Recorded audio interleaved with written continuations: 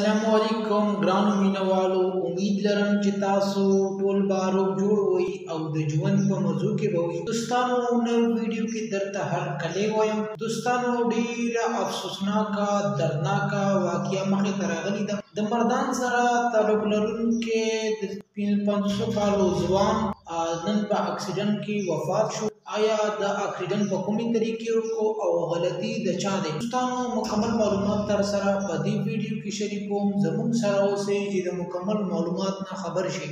ویډیو کتلو مخکې که تاسو زموږ په دې چینل کې نوي وئ نو زموږ چینل د سره ضرور سبسکرایب کړئ. زموږ کومه نوې ویډیو راځي چې هغه تاسو ته په اسانۍ سره دررسي، او د دې سره د ټالۍ نشانه مو ووایئ چې تاسو د تازه معلومات نه زر تر زره خبرېږئ. دوستانو، ډېره افسوسناکه دردناکه واقعه مخې ته راغلې. د مردان سره تعلق لرونکی د 500 کالو ځوان، د 500 کالو بزرګ سړی نن په اکسیډنټ کې وفات شو، او د موټر او د موټرسایکل په خپله کې اکسیډنټ وکړو چې د هغې په وجه باندې په دا کوم چې بزرګ سړی د 500 کالو دا په موټرسایکل باندې ناست او بازار ته تلو چې د دې د ګلۍ نه پې کرولا ګاډی راووتل او د دې سره یې اکسیډنټ وکړو.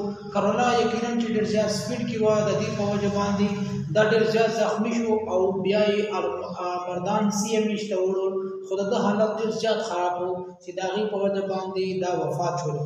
یقینا دوستو چې ډېر غټ ظلم او زیاتی شوی دی، او د کرولي والا یقینا چې ډېر غټ ظلم کړی دی، ځکه چې یو بزرګ سړی هغه یې ووالو او د لاپروايي د وجې، ځکه چې د کرولو والا ډېر زیات سپیډ وي او د دې په وجه باندې بزرګ سړی د دې دنیا نه لاړو. دوستانو، که تاسو زموږ په دې چینل کې نوي وئ نو زموږ چینل د سره ضرور سبسکرایب کړئ. نورو معلوماتي ویډیوګانو لپاره ډېره مننه، شکریه.